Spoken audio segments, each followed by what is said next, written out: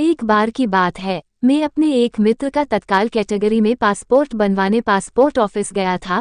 Line में लगकर हमने पासपोर्ट का तत्काल फॉर्म भर लिया। काफी समय हो चुका था, अब हमें पासपोर्ट की फीस जमा करनी थी, लेकिन जैसे ही हमारा नंबर आया, बाबू ने खिड़की बंद कर दी और कहा कि समय खत्म हो चुका है, अब कल आइएगा। मैंने उससे मिन्नतें की, उससे कहा कि आज पूरा दिन हमने खर्च किया है और बस अब केवल फीस जमा कराने की बात रह गई है, कृपया फीस ले लीजिए। बाबू बिगड़ गया और कहने लगा, आपने पूरा दिन खर्च कर दिया तो उसके लिए वो जिम्मेदार है क्या? अरे, सरकार ज्यादा लोगों को बहाल करे, मैं तो सुबह से अपना काम ही कर रहा हूँ। खैर, मेरा मित्र बहुत मायूस हुआ और उसने कहा कि चलो अब कल आएंगे।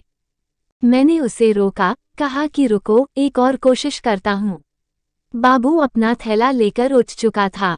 मैंने कुछ नहीं कहा, चुपचाप उसके पीछे हो लिया। वो एक कैंटीन में गया, वहां उसने अपने थैले से लंच बॉक्स निकाला और धीरे धीरे अकेला खाने लगा। मैं उसके सामने की बेंच पर जाकर बैठ गया। मैंने कहा कि तुम्हारे पास तो बहुत काम है, रोज बहुत से नए नए लोगों से मिलते होगे। वो कहने लगा कि हाँ, मैं तो एक से एक बड़े अधिकारियों से मिलता हूँ। कई आईएएस, आईपीएस, विधायक रोज यहाँ आते हैं। मेरी कुर्सी के सामने बड़े बड़े लोग इंतजार करते हैं। फिर मैंने उससे पूछा कि एक रोटी तुम्हारी प्लेट से मैं भी खा लूं। उसने हाँ कहा। मैंने एक रोटी उसकी प्लेट से उठा ली और सब्जी के साथ खाने लगा। मैंने उसके खाने की तारीफ की और कहा कि तुम्हारी पत्नी बहुत ही स्वादिष्ट खाना पकाती है। मैंने उसे कहा, तुम बहुत महत्वपूर्ण सीट पर बैठे हो, बड़े बड़े लोग तुम्हारे पास आते हैं, तो क्या तुम अपनी कुर्सी की इज्जत करते हो? तुम बहुत भाग्यशाली हो, तुम्हें इतनी महत्वपूर्ण जिम्मेदारी मिली है, लेकिन तुम अपने पद की इज्जत नहीं करते। उसने मुझसे पूछा कि ऐसा कैसे कहा आपने? मैंने कहा कि जो काम दिया गया है उसकी इज्जत करते तो तुम इस तरह रूखे व्यवहार वाले नहीं होते। देखो, तुम्हारा कोई दोस्त भी नहीं है, तुम दफ्तर की कैंटीन में अकेले खाना खाते हो, अपनी कुर्सी पर भी मायूस होकर बैठे रहते हो, लोगों का होता हुआ काम भी पूरा करने की जगह अटकाने की कोशिश करते हो, बाहर गांव से आकर सुबह से परेशान हो रहे लोगों के अनुरोध करने पर कहते हो सरकार से कहो कि ज्यादा लोगों को बहाल करे।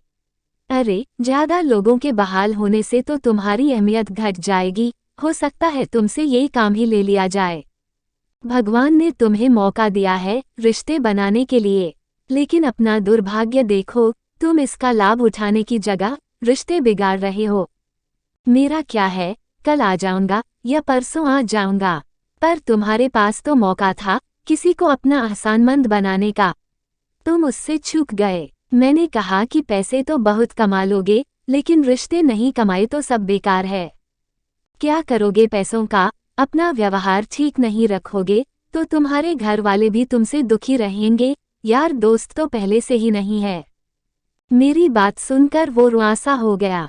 उसने कहा कि आपने बात सही कही है साहब, मैं अकेला हूँ, पत्नी झगड़ा कर मायके चली गई है, बच्चे भी मुझे पसंद नहीं करते, माँ है वो भी कुछ ज्यादा बात नहीं करती, सुबह 4-5 रोटी बना कर दे देती है और मैं तन्हा खाना खाता हूँ। रात में घर जाने का भी मन नहीं करता, समझ में नहीं आता कि गड़बड़ी कहाँ है। मैंने हौले से कहा कि खुद को लोगों से जोड़ो, किसी की मदद कर सकते तो करो। देखो, मैं यहाँ अपने दोस्त के पासपोर्ट के लिए आया हूँ। मेरे पास तो पासपोर्ट है, मैंने दोस्त की खातिर तुम्हारी मिन्नतें की निस्वार्थ भाव से, इसलिए मेरे पास दोस्त हैं, तुम्हारे पास नहीं हैं। वो उठा और उसने मुझसे कहा कि आप मेरी खिड़की पर पहुंचो, मैं आज ही फॉर्म जमा करूंगा, और उसने काम कर दिया। फिर उसने मेरा फोन नंबर मांगा, मैंने दे दिया। बरसों बीत गए। इस दिवाली पर एक फोन आया। मैं रविंद्र कुमार चौधरी बोल रहा हूँ साहब, कई साल पहले आप हमारे पास अपने किसी दोस्त के पासपोर्ट के लिए आए थे और आपने मेरे साथ रोटी भी खाई थी। आपने कहा था कि पैसे की जगह रिश्ते बनाओ। मुझे एकदम याद आ गया। मैंने कहा हाँ जी चौधरी साहब, कैसे हैं आप? उसने खुश होकर कहा, साहब आप उस दिन चले गए, फिर मैं बहुत सोचता रहा। मुझे लगा कि पैसे तो सचमुच बहुत लोग दे जाते हैं, लेकिन साथ खाना खाने वाला कोई नहीं मिलता। मैं साहब अगले ही दिन पत्नी के मायके गया, बहुत मिन्नतें कर उसे घर लाया। वो मान ही नहीं रही थी।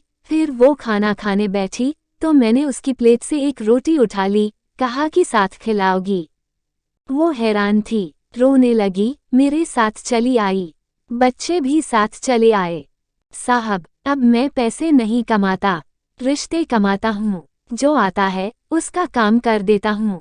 साहब, आज आपको हैप्पी दिवाली बोलने के लिए फ़ोन किया है। अगले महीने बिटिया की शादी है, आपको आना है। बिटिया को आशीर्वाद देने। रिश्ता जोड़ा है आपने। वो बोलता जा रहा था, मैं सुनता जा रहा था। सोचा नहीं था कि सचमुच उसकी जिंदगी में भी पैसों पर रिश्ता इतना भारी पड़ेगा। दोस्तों, आदमी भावनाओं से संचालित होता है, कारणों से नहीं। कारण से तो मशीनें चला करती है। कहानी सुनने के लिए आपका बहुत बहुत धन्यवाद। और आप भी दोस्त बनना चाहते हैं तो सब्सक्राइब और लाइक कीजिए।